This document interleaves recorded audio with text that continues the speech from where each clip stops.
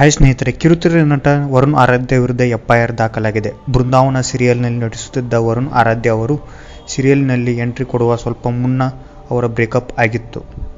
ವರುಣ್ ಆರಾಧ್ಯ ಹಾಗೂ ವರ್ಷಾ ಕಾವೇರಿ ಅವರು social ಮೀಡಿಯಾದ famous ಜೋಡಿಯಾಗಿದ್ದರು. Basaveshwara Nagar police ಠಾಣೆಯಲ್ಲಿ ಸದ್ಯ ವರುಣ್ ಆರಾಧ್ಯ ವಿರುದ್ಧ ಎಫ್ಐಆರ್ ದಾಖಲಾಗಿದೆ. ಸೋಷಿಯಲ್ ಮೀಡಿಯಾ ಸ್ಟಾರ್ ವರ್ಷಾ ಕಾವೇರಿಯಿಂದ ದೂರು ದಾಖಲಾಗಿರುವುದು ತಿಳಿದು ಬಂದಿದೆ.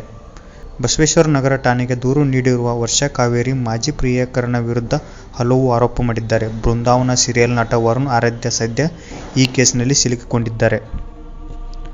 ವರ್ಷಾ ಕಾವೇರಿ ಖಾಸಗಿ ವಿಡಿಯೋ, ಫೋಟೋ ಸಾಮಾಜಿಕ ಜಾಲತಾಣದಲ್ಲಿ ಹಾಕುವುದಾಗಿ ವರುಣ್ ಆರಾಧ್ಯ ಬೆದರಿಕೆ ಹಾಕುತ್ತಿದ್ದಾರೆ ಎಂಬ ಆರೋಪ ಕೇಳಿ ಬಂದಿದೆ. ಇನ್ಸ್ಟಾಗ್ರಾಂನಲ್ಲಿ ರೀಲ್ಸ್ ಮಾಡುತ್ತಿದ್ದ ಜೋಡಿ ಫೇಸ್ಬುಕ್, ಇನ್ಸ್ಟಾಗ್ರಾಂ ಸೇರಿದಂತೆ ಎಲ್ಲ ಪ್ಲಾಟ್ಫಾರ್ಮ್ಗಳಲ್ಲಿ ಫೇಮಸ್ ಆಗಿದ್ದರು.